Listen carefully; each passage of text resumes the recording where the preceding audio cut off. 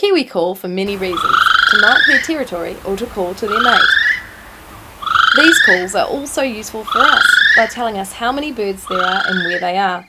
They can be combined with reports of other Kiwi sign. The good thing about looking for Kiwi is that they leave lots of distinctive little trademarks or sign behind. So we had a look at some Kiwi poos before from last night's feeding, and here these little holes in the ground are probe holes from them digging down with their beak to get the invertebrates in the soil.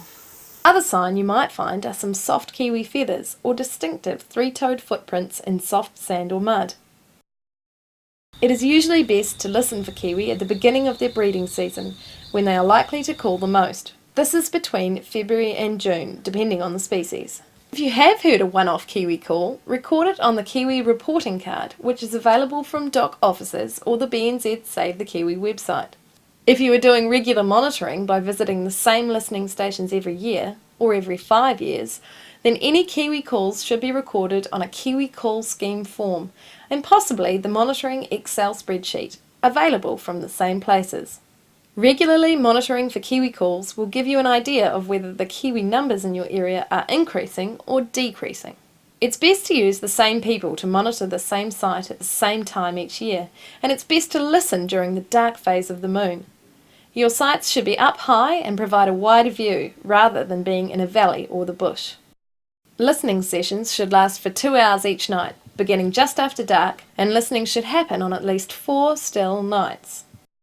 You'll need to bring warm clothes, a compass, a clipboard with forms, a torch, something to sit on, and some warm drink and quiet snacks.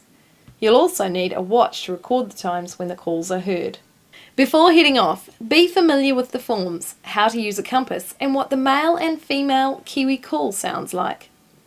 The call of the male brown Kiwi is shrill and high-pitched and repeats 15 to 25 times. The female call does not carry so far and is deep and hoarse.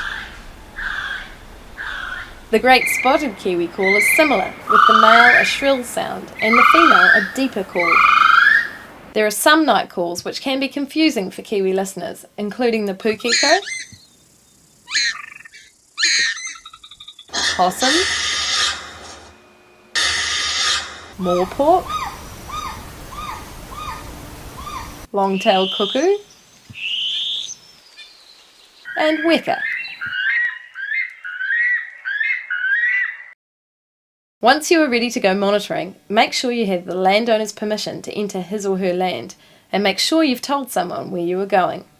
It is important to arrive at your spot about 30 minutes before dark, so that you can choose a good site, get set up, and visually judge distances. Gay, do you normally come out about this time of night? Yes, it's always good to get out here, probably a good half an hour if you're coming to the site for the first time, so you can got a chance to pick the best site, and that you've got a chance to judge distances, because once it's dark you've got no idea. Right, well, it's starting to get dark, so we have to get ourselves all organised, and we need our compass set up. I always also put my watch under there like that. So what you need is your compass, your watch. You fill the sheet out, it's got time, so you do Kiwi listening for 2 hours. The procedure is, when you hear a call, for instance over there, you check the time, you do your compass bearing over there, which would be 3:20, and you write down the time, 8:45, the species, so you have to be able to be familiar with the male and female call, so you write all those things down. I think it's really important to be comfortable, either chairs like this or something that you're not going to get wet on the ground because of the dew, you will get wet, and to be warm because you're out there in May, June, and it can be very cold.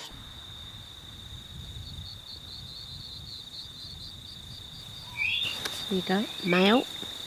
Okay. Record that. Okay.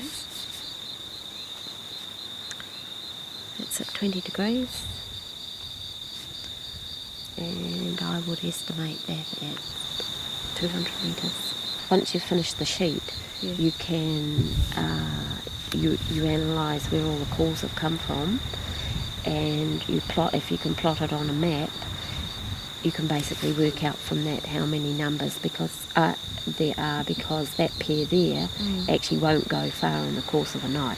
Your results will depend on the weather and other background noises. You will not hear all kiwi present, as not all kiwi call every night, and young birds do not call until they are 2 to 3 years of age. When you have your data, make sure a copy is sent to DOC's National Monitoring Coordinator. Besides listening for kiwi, more specialised monitoring methods include using radio telemetry and certified trained kiwi finding dogs. To do this work requires specialist skills and permits. Trained kiwi dogs are useful when monitoring high-density kiwi populations, as they help their handlers find the birds and gain valuable information on the age and sex ratios in the population. Monitoring is a great way to understand more about kiwi in your area. You can find out more about how to monitor kiwi from the Best Practice Manual and the BNZ Kiwi Call Count Monitoring Training Pack.